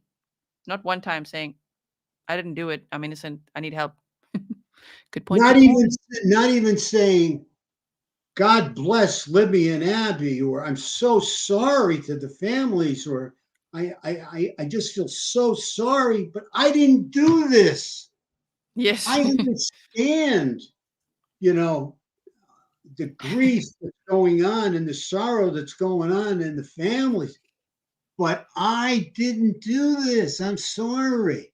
I mean, Yes. he doesn't even mention them. I mean, but yet you want the mercy of the court, but yet, you're talking about, see, that's the narcissism, like me, my family, my money. We don't have any money. Yes. Give me free counsel. I can't believe it's going to cost me so much money. I mean, Yeah, this is expensive, man. Come on, guys. Mercy. This is expensive now. Not I'm oh innocent. my God, right? I Wow. mean, you can't make this stuff up. Right. Everyone's loving you saying nut butt. We call him Little Dicky over here. A little bit. So they're saying Little Dicky nut butt. Yes, you guys. Yes. Welcome to all the new members and everything. Okay. Exactly. Damn, Boozy Loomer. Exactly. Vanachim says you don't want him to throw himself at anybody. Exactly. Oh, my word. Okay. So back to the profile. Sorry. There was a moment of funny. You guys crack me up. Thank you all for being here. Really appreciate it. Hope you're enjoying the stream with criminal profiler John Kelly, psychotherapist, addiction specialist. And yeah, all these guys, yeah, they seem to have addictions. It's very interesting. I'm reading your book, Discovering Lazarus, and it's very interesting as well. Yeah, the good, the bad, and the ugly. The good, the bad, and the ugly of John Kelly. And the strange part about it is, if you didn't have the bad and the ugly, you wouldn't have the good. And it's just the way it is. I mean, that's just how it. That's how it all felt. I mean, I'm a recovering addict, and I'm a grateful recovering addict. Because if it wasn't for my addiction, I would have never, and the opportunity to recover, I would have never went on the journey I went on, many, many decades ago. So it's it's a piece of me. It's a piece of me, and I'm very grateful to all the people that have purchased it and people that given me good reviews, and I'm just grateful that I'm able to serve society now in a very productive way. Yes, I mean it's really fantastic, you guys. If you want to, read this book, Discovering Lazarus, I got a signed copy. I'm very proud of. I treasure it very much. I'm busy reading it, so if you want to get it as well, read it with me. Then you know what I'm reading, and the topics touch on addiction, low self-esteem. I mean psychology. There's all kinds of true crime in there, which you'll love as well. You guys know I wrote a book on John Wayne Gacy, and I just love it because John Wayne Gacy used to give everyone a questionnaire. Like, if you want to talk to me, then you'll have to fill in this questionnaire. And that is the point at which John Kelly was like, yeah, no thanks. I'm just going to move on. It was like my favorite part so far. Like, yeah, okay, no, narcissist. No thanks. I'm good. The reason too I moved on is because at this point in time, I'm trying to figure out primary intake senses in these guys. Yes. So where I'm trying to move on is, I at this point in time, he has told me by sending me all this visual stuff, and he wants to see this, he wants that, he wants a picture, right, and everything, right? So, plus he was a hands-on contractor. Remember, he would build things. Yes. A builder, right? You know more about him than I do, right? so I mean, the bottom line is the guy was very, very visual predator. He liked to look in the eyes. He wanted to dress up as a clown, right? So you got to understand, this was early on in my career, and I'm sorting through these different intake senses to figure out what similarities I can attach to what type of killer. Yes, I loved it. I mean, I'm still reading it, you guys. So again, get yourself a copy. Make sure if you do, make sure you leave a review. I see there's only one extra review since last time. So make sure if you get the book and you read it with me, okay? Because I'm reading it right now, so we'll be reading it together. Leave a review because it really helps authors out a lot as well. Discovering Lazarus. I mean, it's everything. If you love what I do here with true crime and you don't even know John Kelly, you're going to love it because I love it. Okay. So check it out. All right. So back to why Richard Allen is your favorite person of interest in the Delphi case. I'm again just going to pop this on the screen. This is my breakdown of the profile that John Kelly and his S.T.A.L.K team. What does S.T.A.L.K stand for again? So that everyone knows. System to Apprehend Lethal Killer. Excellent. So the S.T.A.L.K team we put together. They did this 3 years ago already, you guys. This profile, 3 years. Which is so interesting that if it turns out to be Richard Allen, oh my word, it's very, very spot on. The one question I have is if he is, you were saying, a voyeur with a fetish, so a peeping Tom would likely take trophies like a thief of lingerie. Why would he leave the underwear of his victims at the scene, in the creek, under the bridge? Because there was girls' undergarments, they said, under the bridge. So we don't know if those are the victims or not. But we know there was clothing found in Deer Creek. Why would he? It seems then either maybe he made them undress or he just left it there. Why would he do that? Would he not take something like that as a trophy? Or is the knife, if he used the knife, the trophy, or what? Those are great questions, Grizzly. I mean, because was he planning, if he went back the way he came, was he planning to take a trophy and then he decided, I better not. And he dropped it under the bridge instead of going back up, or it got washed down, or through the creek or something, or what exactly did he take? What exactly did he keep? Yes. What does he have as a remembrance? Certainly, he kept the same gun. From what I understand, he's had it for years. If that in fact is even a gun that was used by a bridge guy. But what about knives? A knife is definitely a trophy, souvenir, whatever you want to call it. There's no question Yes. about it. I mean, there's just no question about it. So those are all good questions that need to be answered. Are there pictures? I mean, we're going to, where's his phone? We're Yep. always talking about Libby's phone and everything. Where's this guy's phone? That takes pictures too, I'm sure. Okay, so Yep. what I think there's so much more to be revealed, visual stuff to be revealed. I think there's Yes. so much more visual stuff to be revealed to show how engrossed visually this guy was in his deviant addiction. Yep. I mean, he just Deviant addiction. Yes. yeah. I like all the words. I write them all down.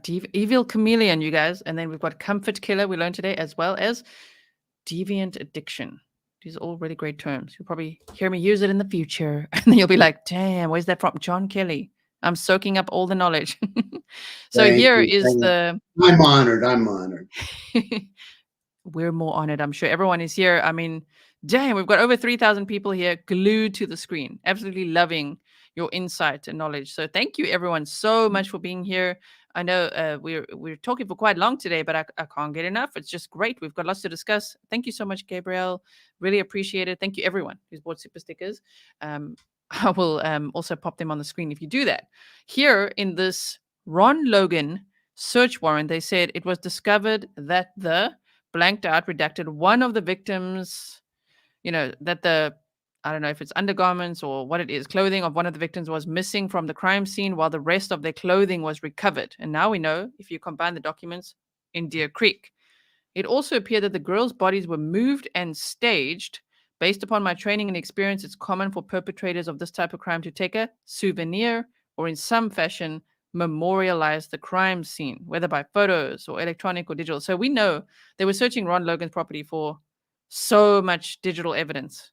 Doesn't seem like they found anything in his house, but yeah, one Absolutely. can only imagine Richard Allen may have had his phone there, a camera that we don't know what all he had there. And wow, imagine if they found that in his shed. I think his shed in the backyard. If he's the guy, it could be quite creepy.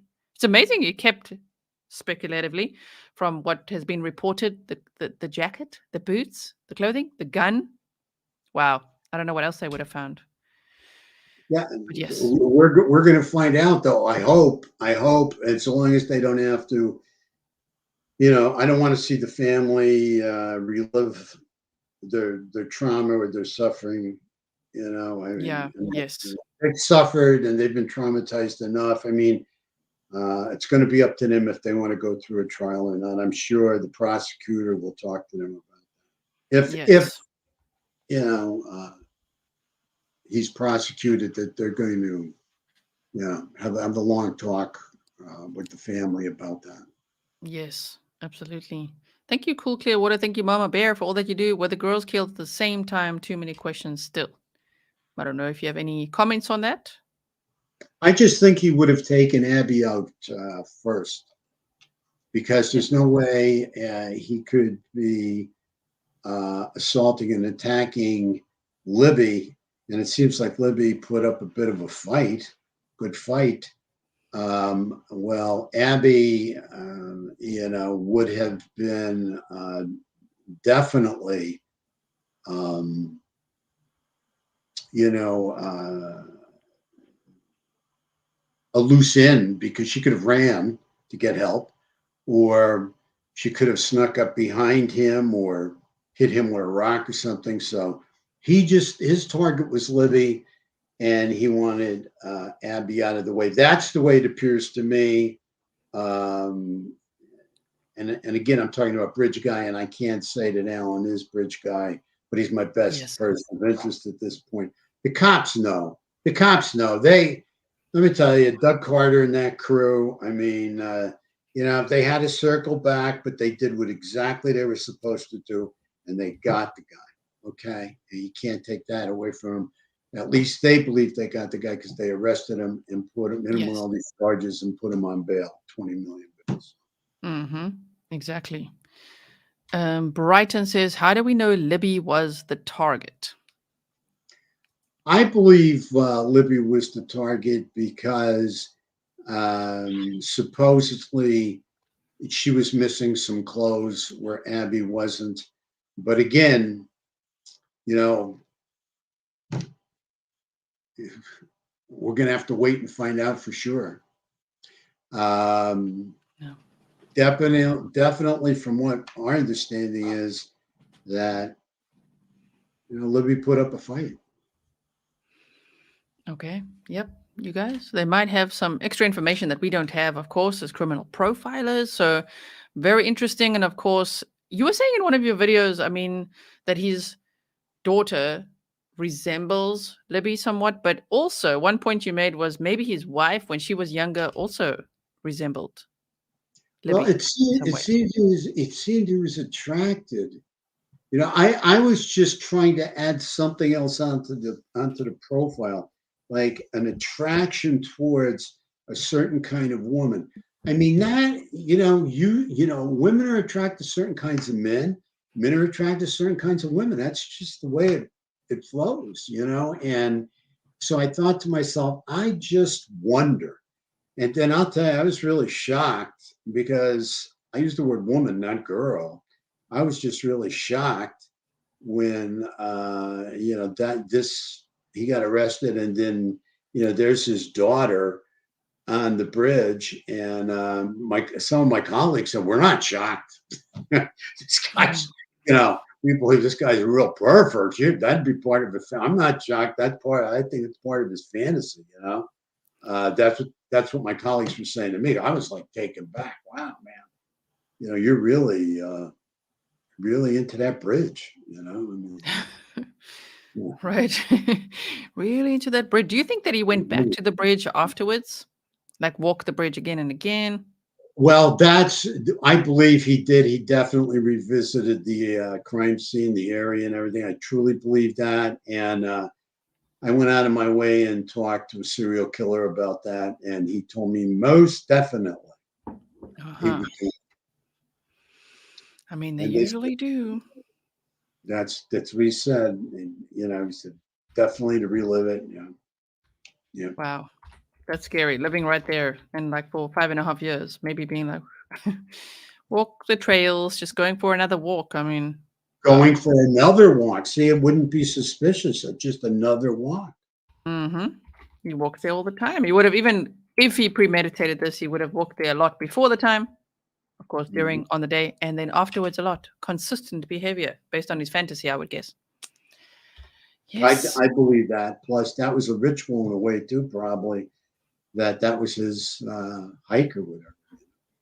Yes. Like it was just his, maybe not down to Logan's property, but that was just his hike to the bridge, and then maybe cross the bridge, and then he comes back or walks, goes somewhere else. But I'm not saying necessarily done around Logan, but maybe that was like to keep himself in shape to go to his house to the bridge, walk, from the car, though, supposedly parked there. So I don't know if that's enough exercise for him. This guy, it seems like he hiked in Tennessee too, or whatever. I mean, it seems like he hiked a lot.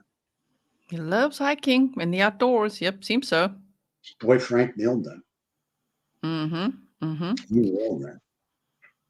The one thing you were saying earlier was something about attraction, and man, when I wrote that Jeffrey Dahmer book, I did realize you can't control what you're attracted to, and unfortunately, he was attracted to roadkill in his friggin' teenage years. So, what do you think would cause someone like Bridge Guy, whoever that may be, to to have attraction to young girls?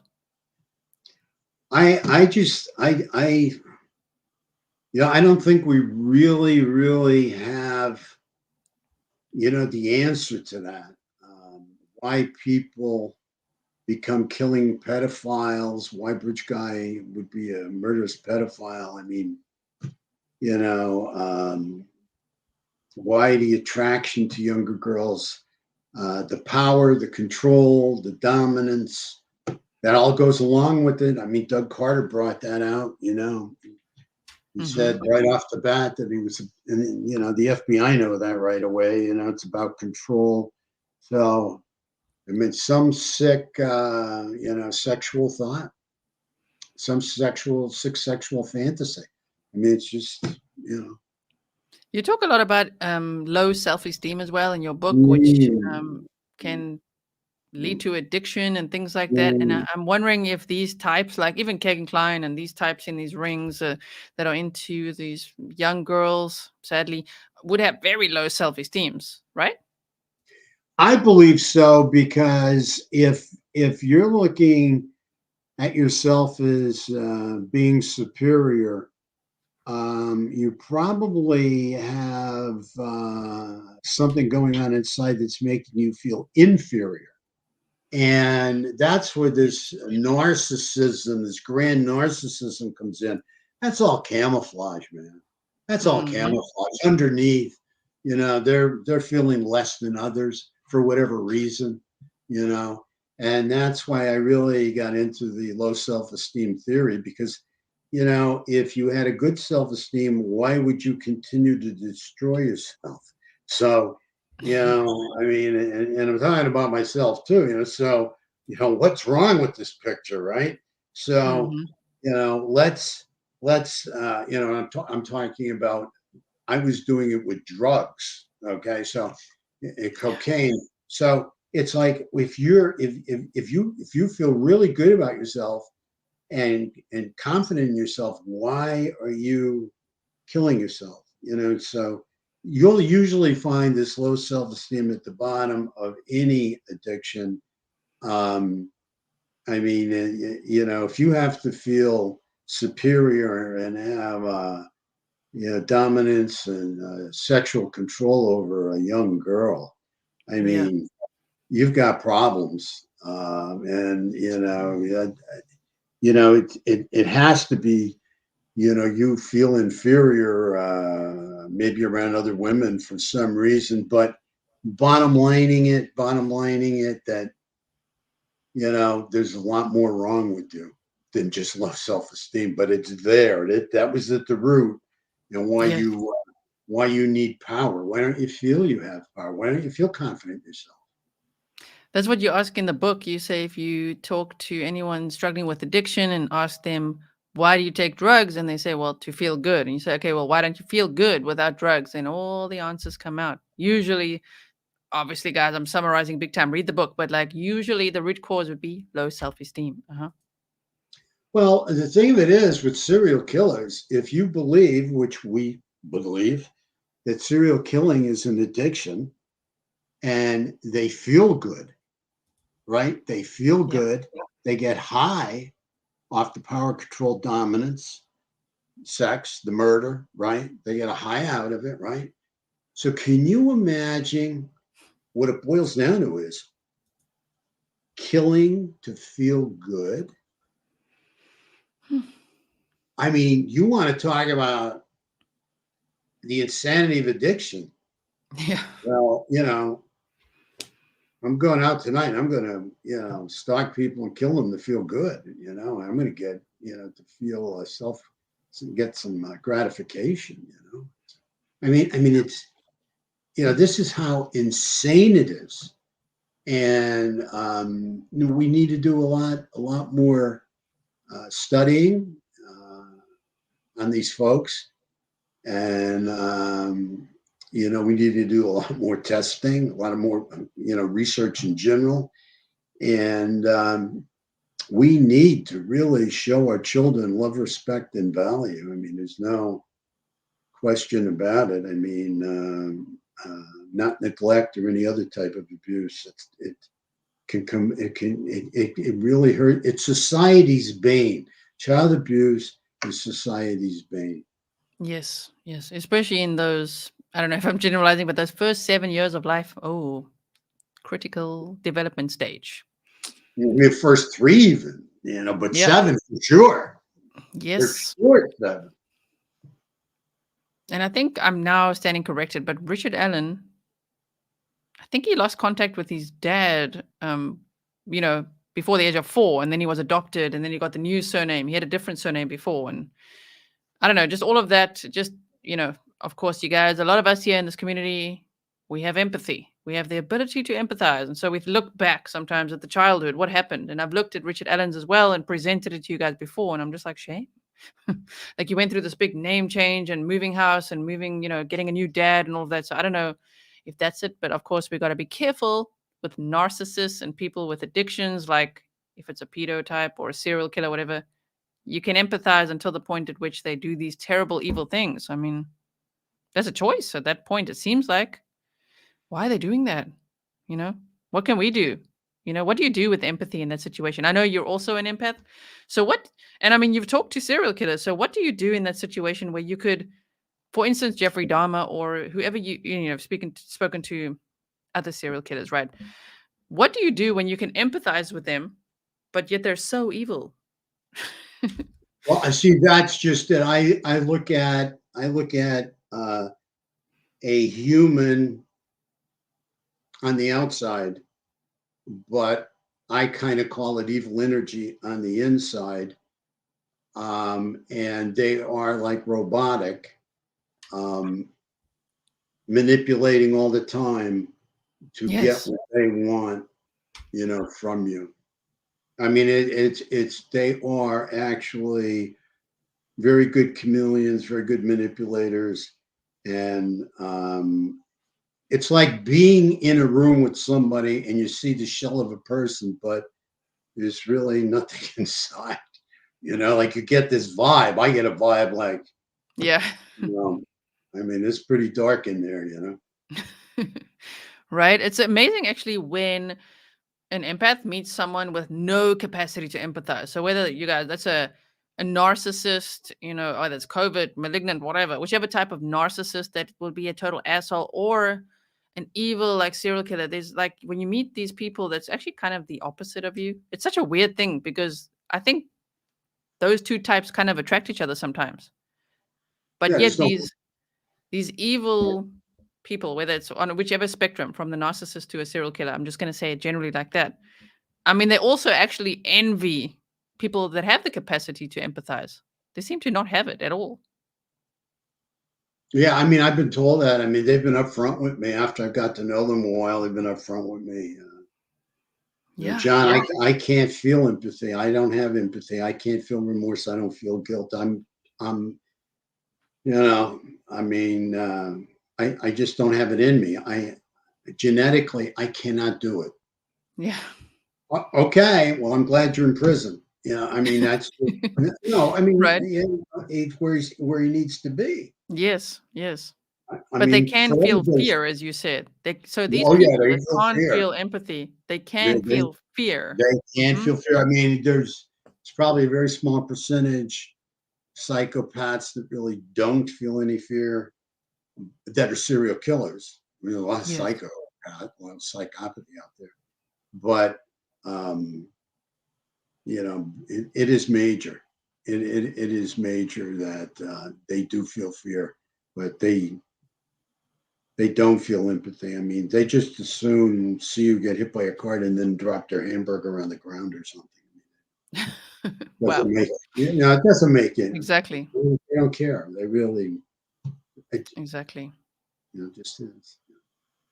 Wow. Double Z says empathy allows connection. When someone doesn't have it, hard to connect with them. It's an True, unless they're being a chameleon. Those evil chameleons that pretend to be so nice, then it seems like there is, but eventually you'll feel there's nothing there. Empty shell, as you say. Dark place. Yep. empty shell, dark inside. It's dark inside there. Oh, yes. Emma asked question, how different are narcissists to psychopaths? I think I think they're not that different. I think there's I think you have more narcissists, and everybody has a little bit of narcissism in them. I mean, more pathological narcissists than psychopaths. But usually, a psychopath is going to be a narcissist. I never really done a research study on how much there is, but I don't think there's much difference at all in psychopaths being narcissists. There's many narcissists that'll never be psychopaths. Yeah. So Yes. we have to look at that. Yes. Well, you guys, we've spoken for 2 hours. I mean, we'd love to have John Kelly here all day, all night, all the time. But let's I'll try come to back. I'll come back. I'll come back. right. We love that. I John love Kelly says you. he'll come I back. think you have a great show, great audience, and I'm honored. And I can't thank you all enough. I can't thank you all enough for all you do and what you have done, and especially keeping Delphi alive and giving voices to the dead. To two little girls that were murdered, Abby and Libby. You gave them a voice.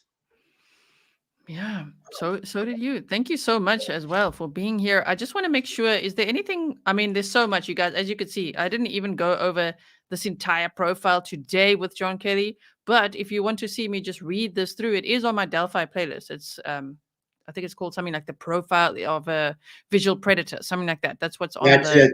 That's the name of it. That's the name of it. the And thumbnail. and again, if there's other, if we have topics that you feel are important, we can always get together again. The other thing I'd like to plug, I forgot about, is I think you'd all find it very interesting. Yes. Coming up with January 12th on A&E, Women on Death Row. It's going to be Yes. on A&E. I believe the air date's January 12th. There's, I think, 5 or 6 segments to the show, to the series. It's going to be I think it's going to be really awesome. I believe it's going to be awesome. Not because I'm in it. I'm in a couple of shows, maybe 3 in the series. Talking about different pathologies, but I think you and your audience would appreciate it on how these women ended up there. Yes. Can't wait for that as well. It's rare for women to end up on death row. Yes. I mean, the only female serial killer I ever wrote about was Eileen Wuornos, and even that was said to be so rare, and it's not quite the same Have as you the ever men. seen child abuse? Look at all the child abuse. Yeah. Look at it. You wrote about it. I mean, I looked Yeah. at it, researched a little bit, but you were deep Yeah. into it. Wow. Yeah. So January 12th, you guys, A&E, Woman on Death Row, featuring John Kelly. And am I allowed to say what you're doing tomorrow or no? Maybe Yeah, not. sure. Yeah. Yeah. Okay, I'm just checking. I'm like, Well, I don't. I don't want in case there's a glitch. I'll say it in like a so John Kelly may be featured on upcoming articles talking about the Idaho case, because there are people very interested in, of course, talking to him about his thoughts as well. I mean, he's a criminal profiler, addiction specialist, psychotherapist, so his insight is very much wanted and needed. So you might see an article, and if so, then of course I'll share it with you guys. Well, this is going to be a show, and you'll get it. But in all honesty, it's where we're at with that case. It's nothing you haven't heard before. Yeah, because you've done a show on it, and really, I mean, we have no unless they problem. botch what you say. Yeah. Careful now. Careful with what you say. Yeah, exactly. It'll be like, Idaho killer is a serial killer, according to John Kelly. No. Careful now. Yeah, gotta look at it for sure. Right now we have a mass murderer, and that's exactly what it is. Yes. Yes, so if you guys are interested in hearing, if you didn't hear it, John Kelly's insight into the Idaho case, that was the first time he was on this channel, which was about a week ago, maybe more. Check it out. It's on my Idaho playlist. That was very insightful as well, talking about pretty much speculatively another visual type of predator, possibly a peeping Tom, all kinds of stuff we went over. So go check that out as well. Is there anything else that, I mean, everyone, you guys know to now go subscribe to the channel. John Kelly, LLC is also the website. John Kelly Profiler, there's 22.3 there now. Hope to see lots of Grizzlies go over there. Subscribe, binge watch the episodes. Thank you. Yeah. Do you know when your next video is coming out? No. No. Stay tuned. No, Yeah. we don't shoot a lot. I enjoy watching a lot and learning a lot too from watching you and a couple other people. But I mean, no, I mean we're not sure yet on when the next one will be. We're looking at the Idaho case, but we need more information. We just need more information. Yes. But it's going cold, remember? Gosh, it's only a month. Yes. We're at Delphi almost 6 years. Yes, and even that wasn't cold because tips were still coming in. I mean, it's just like the Idaho case. Everyone's like, oh no, it's going cold. But it's been 1 month and tips are flooding the police. It's not cold. Not cold. It's not even warm yet. Nevertheless, True Crime, which I know you also like because you're Irish. He's Irish. You got your Irish ancestry. He was like, guys, it's not cold. It's not even warm yet. For sure. Yep. Yes. For sure. I hope you guys all enjoyed the show. I'm so sorry that I missed so many questions. They were all so good. Oh my word. So don't worry. We'll have John Kelly back again. I wish I could answer them all. As I say, I wish I could put them all on the screen and one by one go through them. We'll be here for hours. But thank you so time.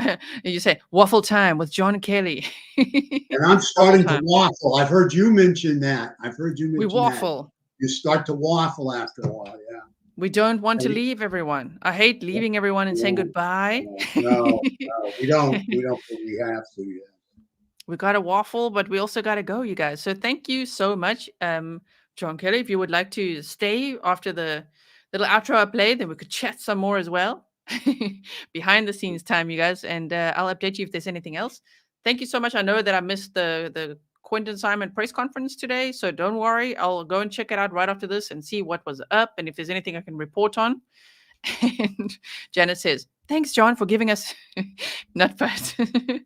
We have a new word in the Grizzly community. Yes. Van Lechim says, thanks for the interesting live show and thanks to all the Grizzlies. As I say, we could talk Delphi for hours. There's 46 parts that John Kelly has done on his channel, including a profile and all. So can you imagine how long we could talk here about Delphi? We just touched on a few things. I hope you found it interesting. Thank you, CC, for saying great show. Much. Thank you so much. I'm honored. Yes. Thanks. Yes. And Double Z says, thank you both. You're appreciated. So thank you, mods. And again, happy birthday to Copper Horse. Everyone go subscribe, get the book, leave a review and all of that. And we'll see John Kelly and maybe one day his team here again soon. Happy birthday, Copper. Thank you. That's like the best birthday wish ever. You got a happy birthday from John Kelly. Wow. Okay, everyone. I'm going to go now, and I will be back as soon as there's more news. I'm sure I'll be back tomorrow with Idaho news and the Quentin Simon stuff. So stay safe. Have a good evening, and see you soon. Bye, everyone. Thank you.